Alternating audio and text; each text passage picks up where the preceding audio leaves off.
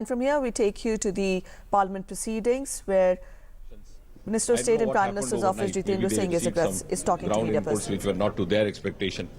And the next day, this sequence of one condition after the other began.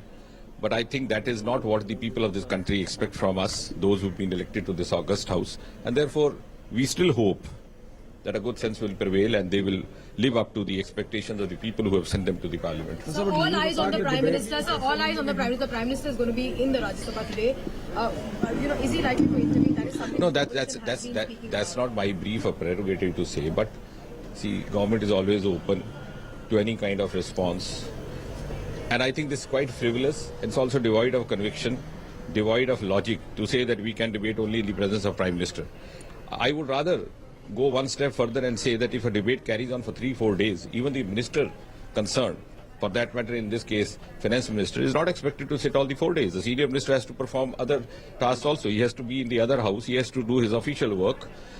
And this has been a tradition right from the time of the first Prime Minister, Jawaharlal Nehru, whom they hold as whom they tend to emulate or claim to emulate.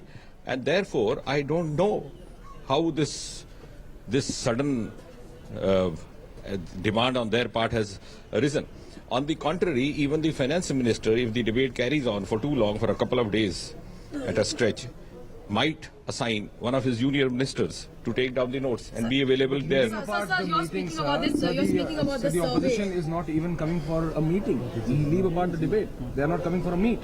Yeah, because they want to debate how to debate.